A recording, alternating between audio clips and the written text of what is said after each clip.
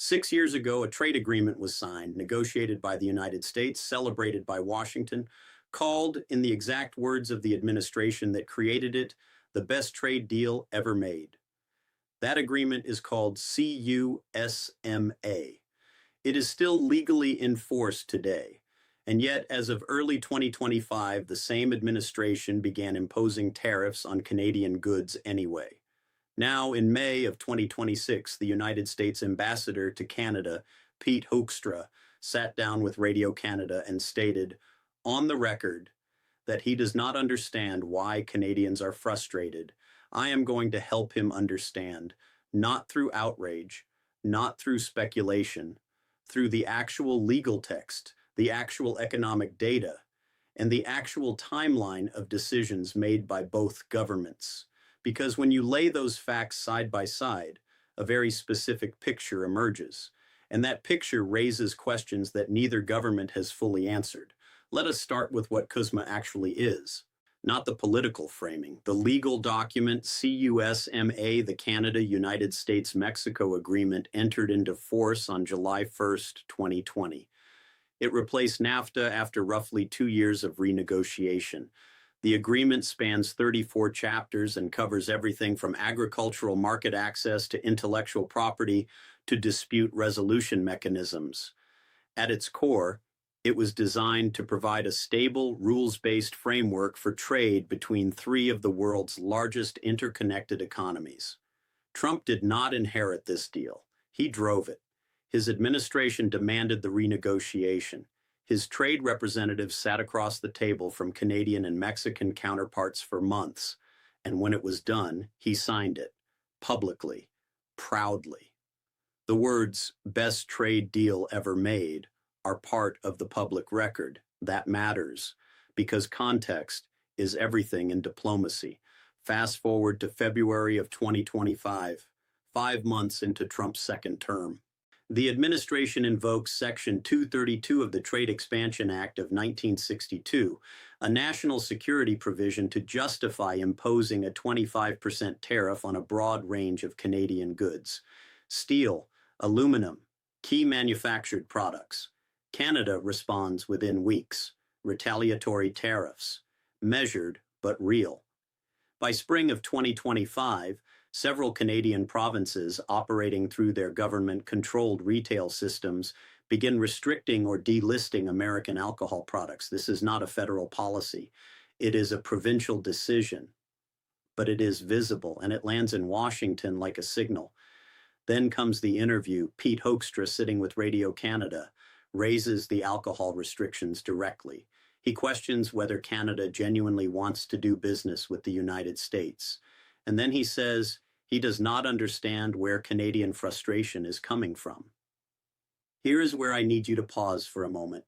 The frustration has a specific origin. It is not abstract. It is not manufactured.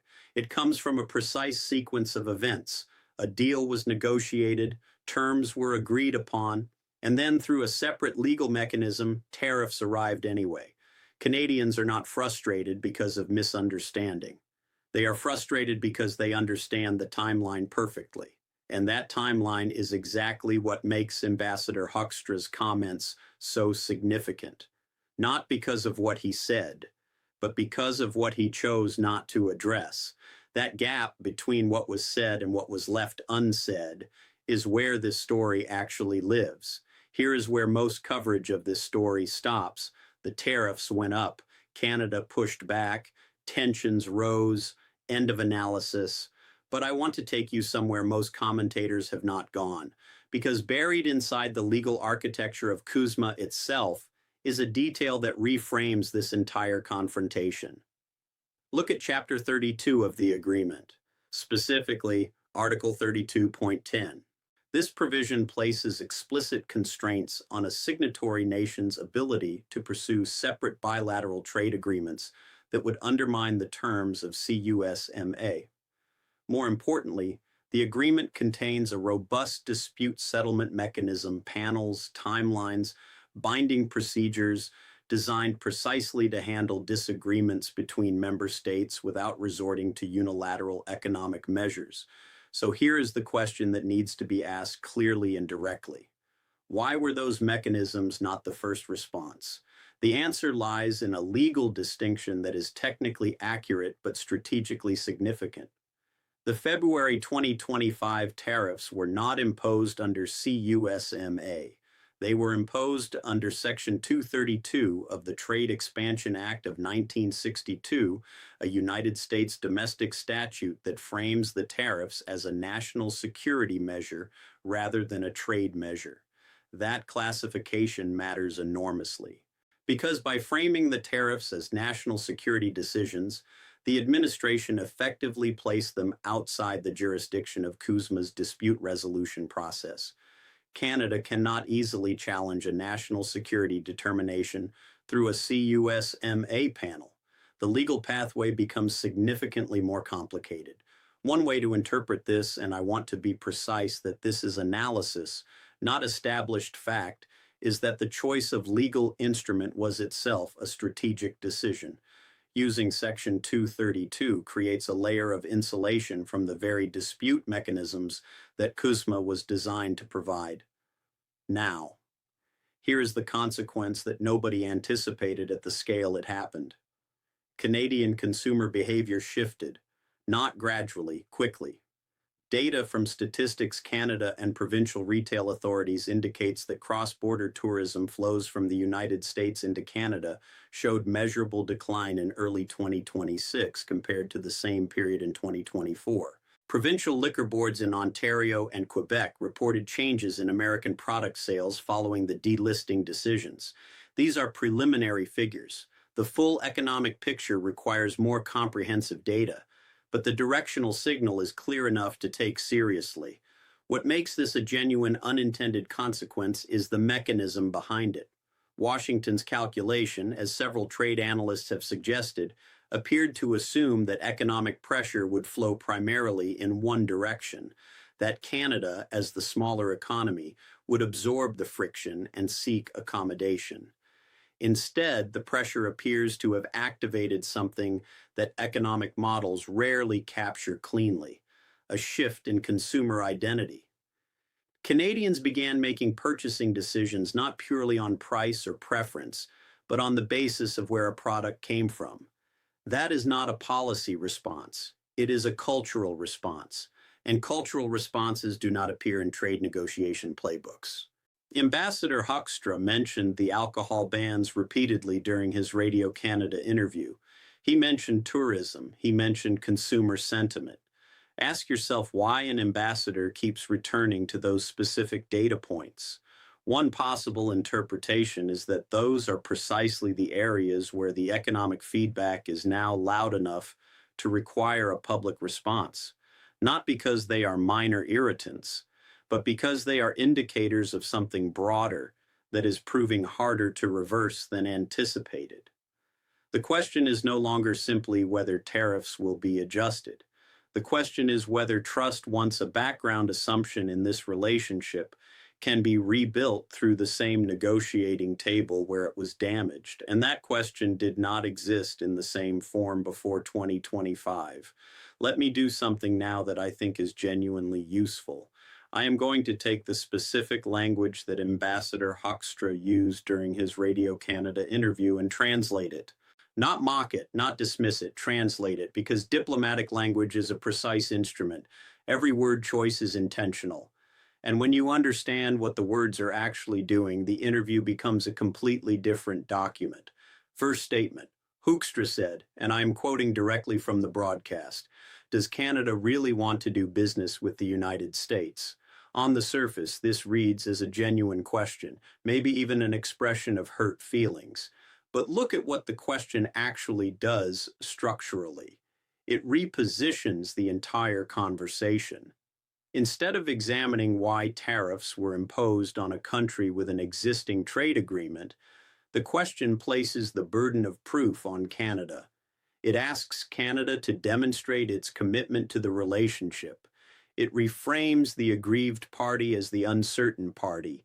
That is not confusion. That is negotiating posture. Second statement, Hoekstra said, "We put tariffs on everybody in the world."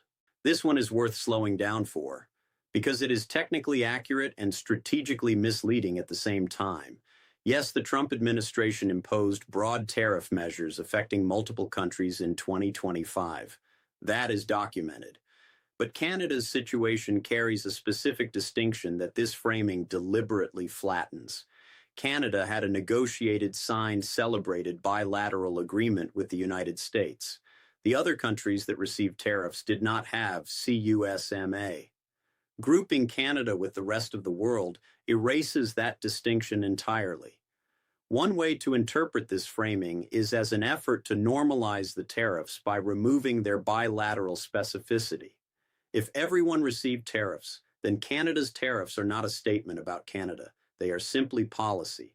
And if they are simply policy, Canadian frustration becomes harder to justify publicly. Third statement. I absolutely do not understand the frustration. I want to be careful here. I cannot tell you what Ambassador Hoekstra privately understands or does not understand. That is not something any analyst can access. What I can tell you is what this statement accomplishes diplomatically, regardless of its sincerity. When a senior official states publicly that they do not understand the other side's frustration, they are doing one of two things.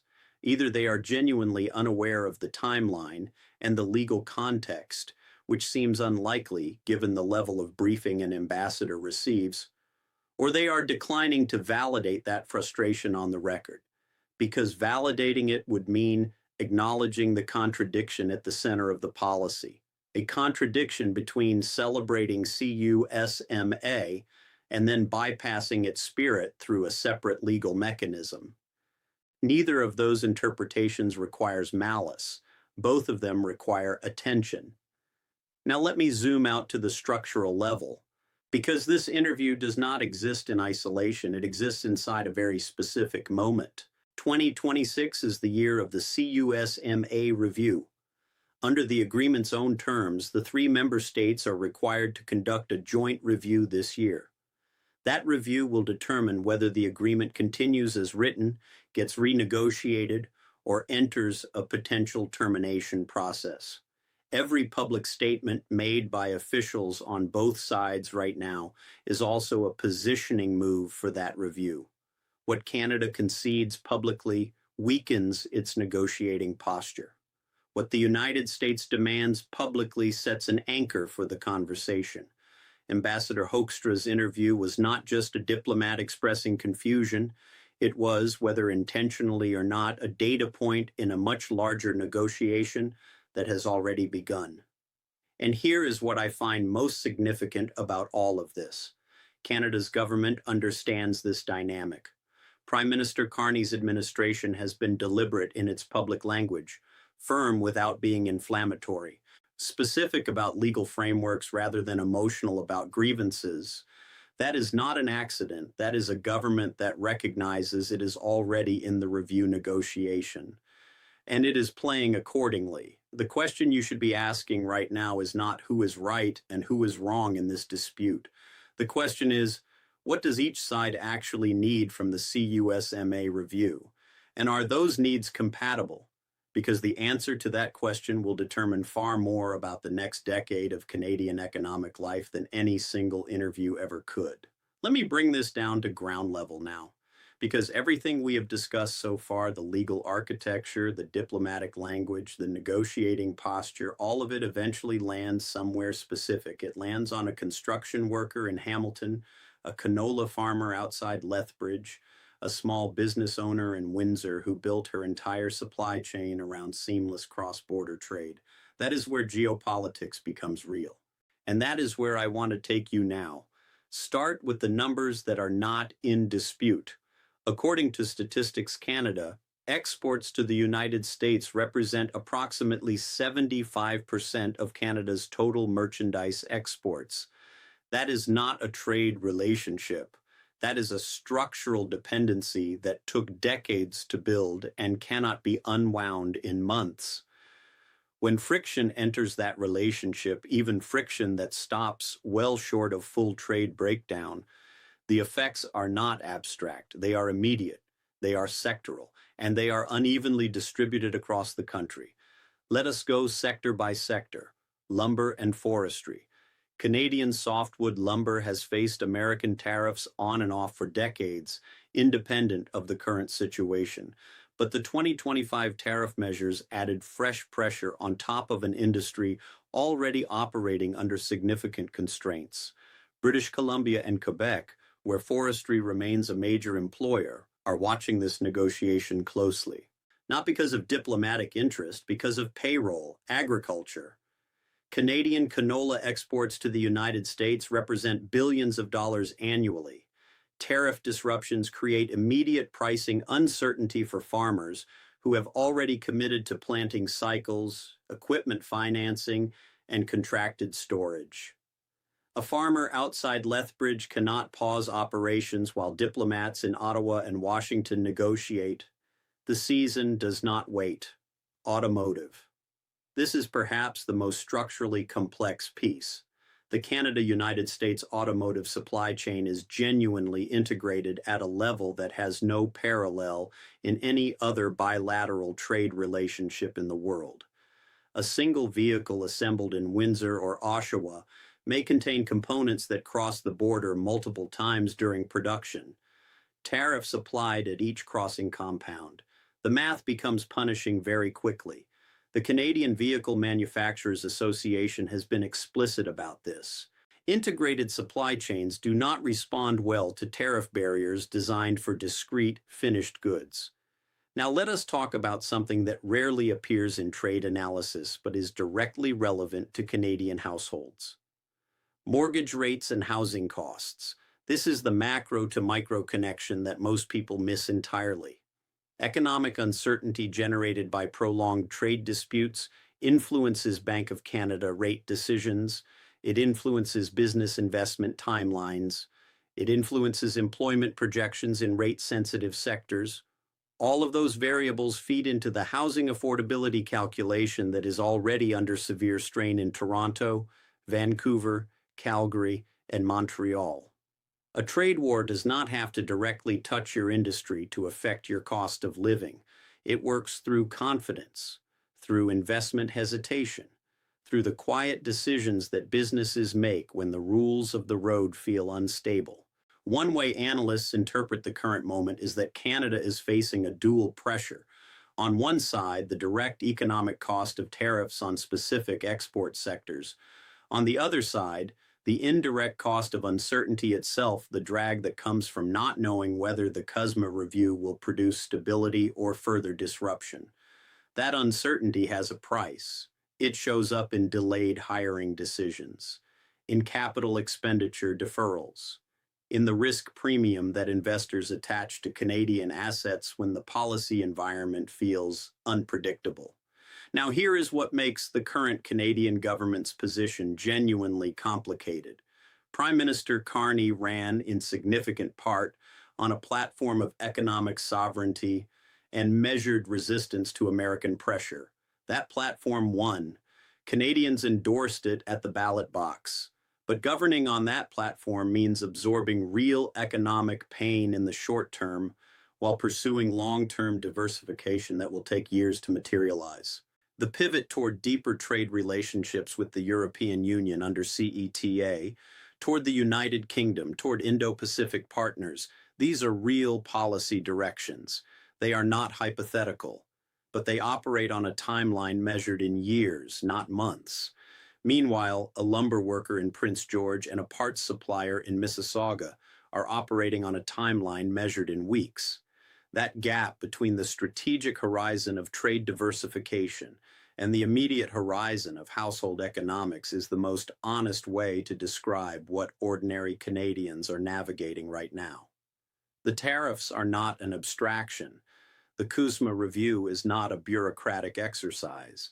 They are the mechanisms through which decisions made in Washington and Ottawa translate into whether a business expands or contracts, whether a worker's hours increase or decrease, whether a family's cost of living rises or holds.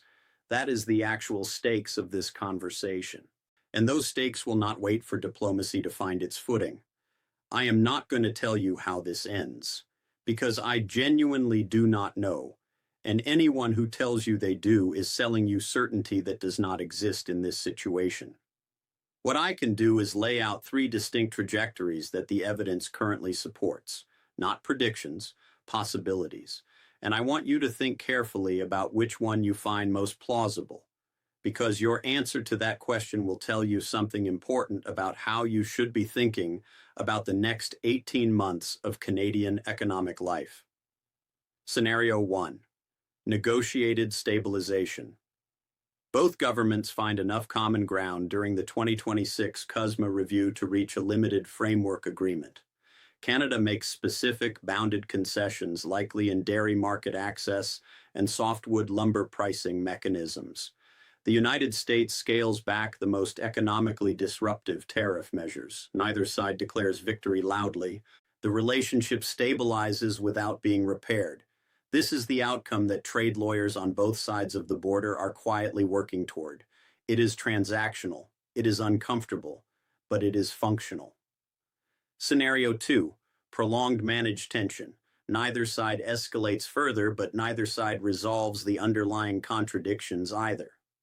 Canada continues its diversification strategy. The United States continues applying selective pressure. The CUSMA review produces procedural continuations rather than substantive resolution. This scenario is arguably already underway. It is the most likely near-term trajectory based on current political incentives in both capitals. It is also the scenario that causes the most cumulative damage to Canadian businesses that cannot plan around sustained uncertainty. Scenario 3. Review breakdown and structural renegotiation. If the 2026 review fails to produce agreement, CUSMA's own termination provisions allow any member state to initiate withdrawal after providing 6 months written notice. This is the lowest probability scenario, but it is not zero. And the economic modeling around this outcome is severe enough that it deserves to be named clearly rather than dismissed. Here is what I want to leave you with. These three scenarios are not equally likely, but they are all live. And the variable that will determine which path we travel is not economic data, it is political will on both sides of the border. So I want to ask you directly, which of these three scenarios do you think is most realistic given everything you have just heard? Leave your answer in the comments. I read every single one. And if this kind of analysis grounded in legal frameworks, economic data, and honest uncertainty, rather than false confidence, is what you want more of, then subscribe to this channel, because the CUSMA review is just beginning, and the decisions made in the next 6 months will shape Canadian economic life for the next decade. Do not let those decisions happen without understanding them.